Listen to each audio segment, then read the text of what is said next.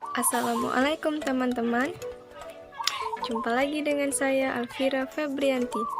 Minggu ini kita akan membahas tentang contoh soal dari penalaran matematika dan logika matematika. Di sini saya akan membahas tentang pernyataan ekivalen, terus ada kuantifikasi, ada modus ponens, ada modus tollens, dan sigolisme. Ingin tahu seperti apa contohnya? Ini dia. Dan ini dia contoh yang pertama, pernyataan ekivalen atau ekivalensi. Pernyataan ekivalen ini mempunyai arti yaitu pernyataan yang memiliki nilai yang sama atau setara. Untuk memahaminya, perhatikan contoh ini. Pernyataan yang ekivalen dengan pernyataan jika semua siswi hadir, maka beberapa guru tidak hadir.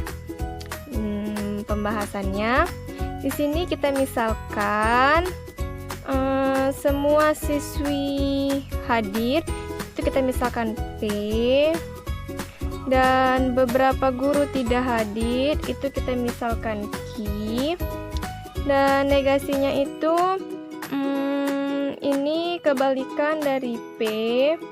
Jadi beberapa siswi tidak hadir. Terus ini kebalikan dari Q, berarti semua guru hadir.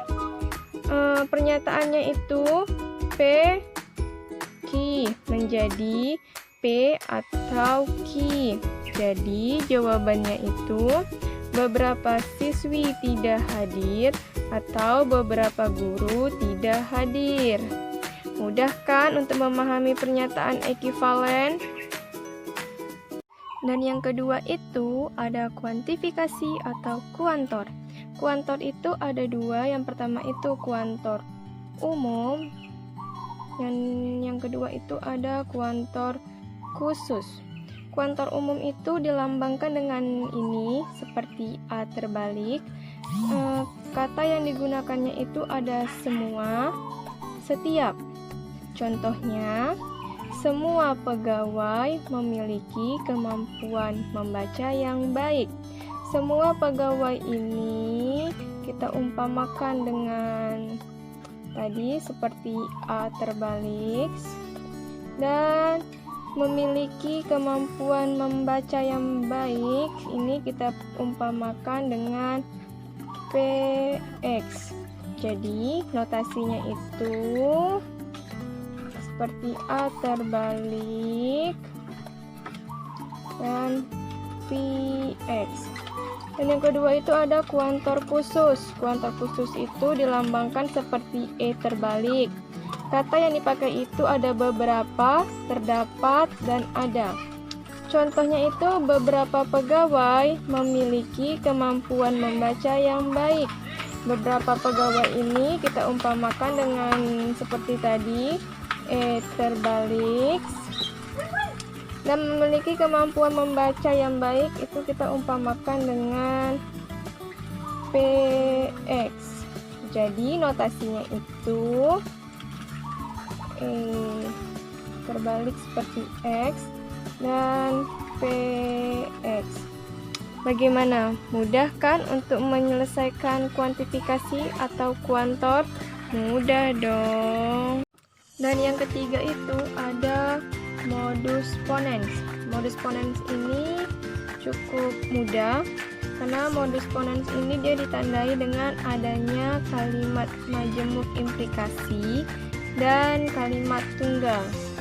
Untuk menyelesaikan modus ponens ini kita harus ingat, ini dia premis 1 P Q, premis 2 P, dan konklusi atau kesimpulannya itu Q. Ini kita harus ingat ya, matematika itu tidak perlu untuk dihafal tetapi dipahami. Contohnya itu, jika kamu rajin latihan soal, maka kamu akan mendapatkan nilai bagus. Premis 1. Premis 2-nya, kamu rajin latihan soal. Maka pembahasannya itu, kamu rajin latihan soal, itu kita misalkan dengan P, dan kamu akan mendapatkan nilai bagus, itu kita misalkan dengan Q. Maka kesimpulannya itu Q, kamu akan mendapatkan nilai bagus. Cukup mudah kan? Dan yang keempat itu ada modus tollens. Modus tollens ini juga nggak susah-susah banget dan nggak ribet-ribet banget, karena modus tollens ini dia ditandai dengan adanya pernyataan majemuk implikasi dan lingkaran dari pernyataan tunggal. Masih sama, untuk menyelesaikan modus tollens ini kita harus mengingat ini. Premis 1 P, Q. Premis 2 kebalikan dari Q, dan kesimpulannya itu kebalikan dari P. Biar lebih mudah, ini dia contohnya. Premis 1. Jika kamu rajin latihan soal, maka kamu akan mendapatkan nilai bagus. Premis 2-nya, kamu tidak akan mendapatkan nilai bagus. Dan pembahasannya, kamu rajin latihan soal, itu kita ibaratkan dengan P. Kemudian kamu akan mendapatkan nilai bagus, itu kita ibaratkan dengan Q. Kamu tidak akan mendapatkan nilai bagus, itu kebalikan dari Q. Maka kesimpulannya itu kebalikan dari P. Kamu rajin latihan soal, maka kebalikannya itu kamu tidak rajin latihan soal. Jadi jawabannya kamu tidak rajin latihan soal. Gimana? Mudah kan? Mudah dong, kan matematika itu harus dipahami. Dan yang kelima, yang terakhir, modus sigolisme. Modus ini ditandai dengan adanya dua pernyataan majemuk implikasi. Ini dia. Premis satunya itu, jika kamu rajin latihan soal, maka kamu akan mendapatkan nilai bagus. Premis 2-nya, jika kamu mendapatkan nilai bagus, maka kamu akan naik kelas. Ingat, untuk menyelesaikan modus sigolisme masih sama, kita harus mengingat ini dia. Premis 1 P, Q. Premis 2 Q, R. Dan kesimpulannya itu ada P dan N seperti ini. Contohnya ini dia. Dan pembahasannya itu, kamu rajin latihan soal, itu kita misalkan dengan B. Kamu akan mendapatkan nilai bagus, ini kita misalkan dengan Q.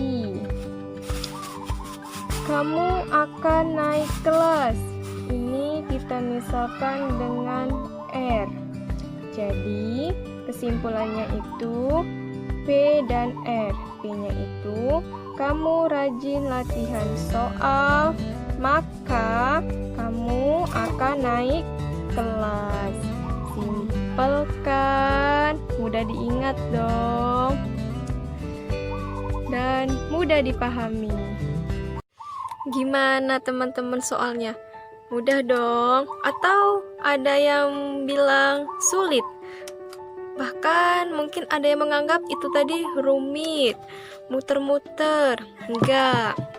Jadi solusi supaya kita itu enggak menganggap matematika itu rumit di sini. Selalu kita ingat bahwa matematika itu mudah.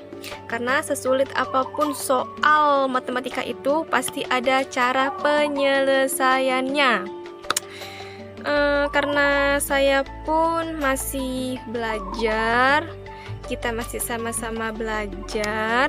Jadi, jika menurut teman-teman penjelasan saya tadi atau contoh yang saya berikan tadi menurut teman-teman sekalian itu mungkin salah atau kurang tepat, boleh menyampaikan sarannya di komentar. Cukup sekian dari saya. Sampai berjumpa di minggu depan. Assalamualaikum warahmatullahi wabarakatuh.